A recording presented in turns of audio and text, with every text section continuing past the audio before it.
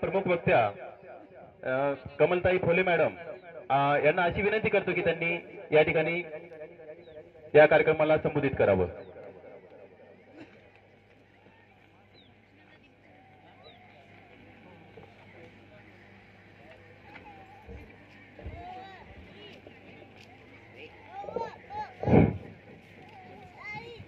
सगळ्यांना जय बिरसा। आणि एक विनंती आहे, हा कार्यक्रम आपल्या गावामध्ये केवळ आपल्यासाठी आयोजित करण्यात आलेला आहे, त्यामुळे या कार्यक्रमासाठी आपण थोडंसं गंभीरपणाने या कार्यक्रमाचा आस्वाद घेण्याचा प्रयत्न करावा।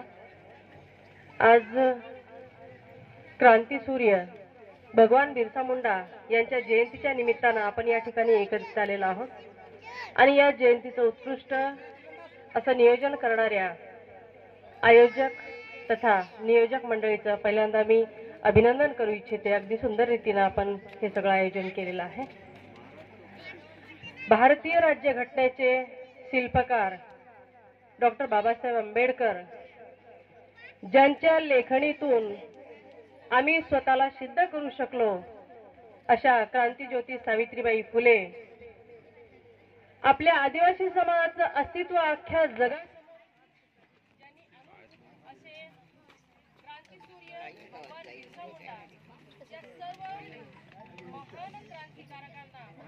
अभिवादन करते आणि आपल्या गावामध्ये या ठिकाणी या कार्यक्रमाच्या अंतर्गत जो आपण वसा घेतलेला आहे, ज्यासाठी हा अट्टहास केलेला आहे, या कार्यक्रमासाठी पुढील वक्त्यांच्या वक्तव्यासाठी आणि यातून आपल्याला मिळणाऱ्या मार्गदर्शनासाठी आणि त्यातून आपल्या व्यक्तिमत्वाचा होणाऱ्या विकासासाठी त्या सगळ्याच गोष्टीसाठी पहिल्यांदा मी तुम्हाला शुभेच्छा देतो। त्याचबरोबर आज या ठिकाणी ज्यांचा सत्कार करण्यात आलेला आहे, ज्यांचा सन्मान झालेला आहे, अशा सर्व मूर्तींचं, त्यांच्या कुटुंबाचं, त्या मुलांच्या आई वडिलांचं आणि एकूणच या संपूर्ण लोहा गावाचं मी अभिनंदन करतो। अगदी सुरुवातीपासूनच या गावाला शिक्षणाची परंपरा लाभलेली आहे, व्यवसायाची परंपरा लाभलेली आहे।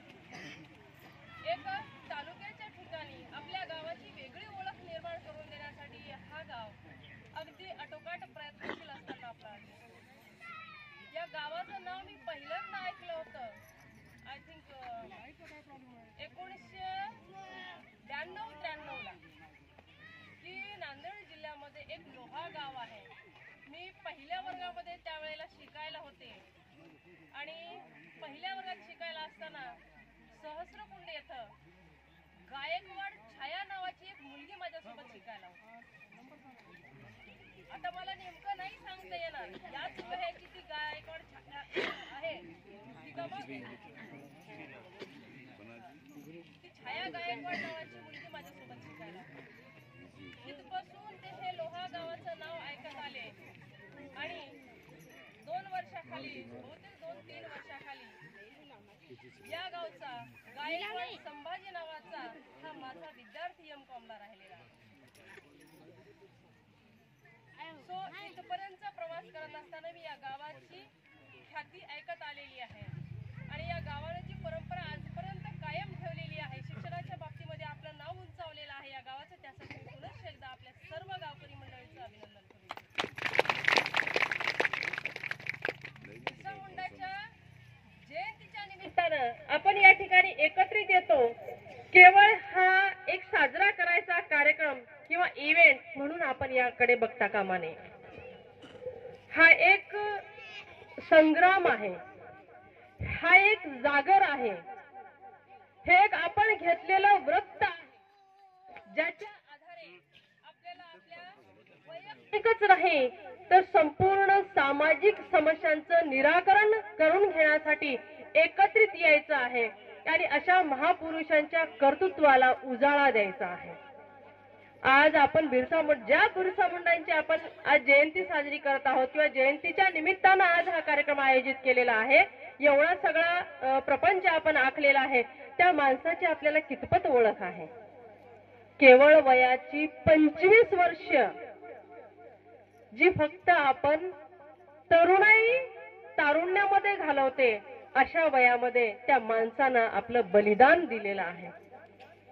जीवाच्या शेवटच्या श्वासापर्यंत त्या व्यक्तीनं संग्राम केलेला आहे, उलगुलान केलेला आहे, लढा दिलेला आहे आणि विरोध केलेला आहे, तेही एका बलाढ्य इंग्रज सरकारला.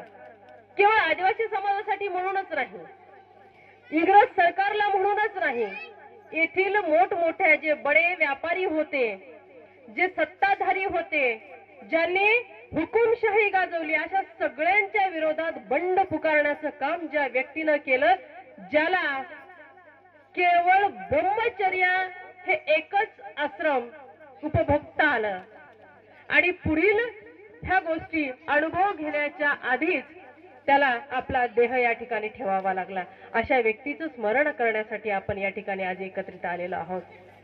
खरं तर खूप मोठी गोष्ट आहे.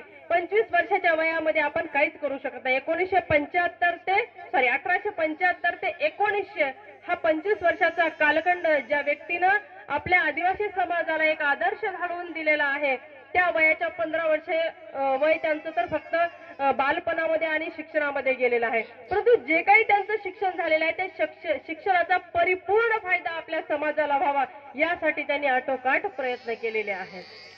माझा समाज या संपूर्ण बाहेर पडलेल्या अवस्थेतून समाजाच्या प्रवाहामध्ये, नेमक्या आपल्या सामाजिक व्यवस्थेच्या प्रवाहामध्ये कसा येईल यासाठी या व्यक्तीनं प्रयत्न केलेले आहेत. आज आपण या ठिकाणी एकत्रित आहोत. आदिवासी म्हणून स्वतःची ओळख आपण सांगू शकतो, याचं कारण हे बिरसा मुंडा होते.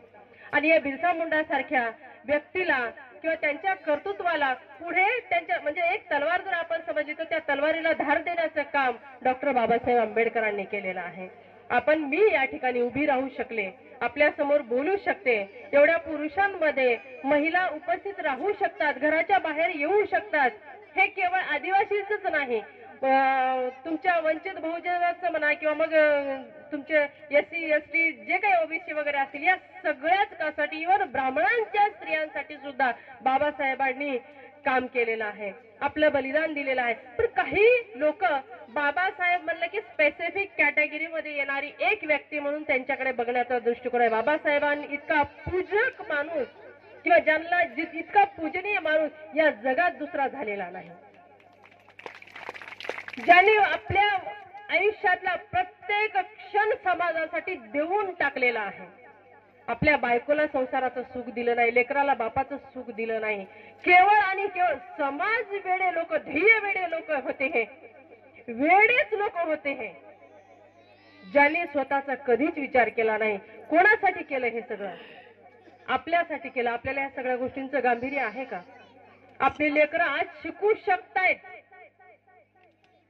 नोकऱ्या लागतायत, हे केवळ बाबासाहेब आंबेडकरांमुळे. हा बेस आहे, आपल्या आयुष्याचा आधार आहे. ज्या वेळेला आपण बाबासाहेब आंबेडकरांना नाकारतो, त्यांच्या कर्तृत्वाला नाकारतो, त्यांच्या तत्वाला नाकारतो, म्हणजे स्वतःच सुद्धा अस्तित्व एका अर्थाने नाकारतो.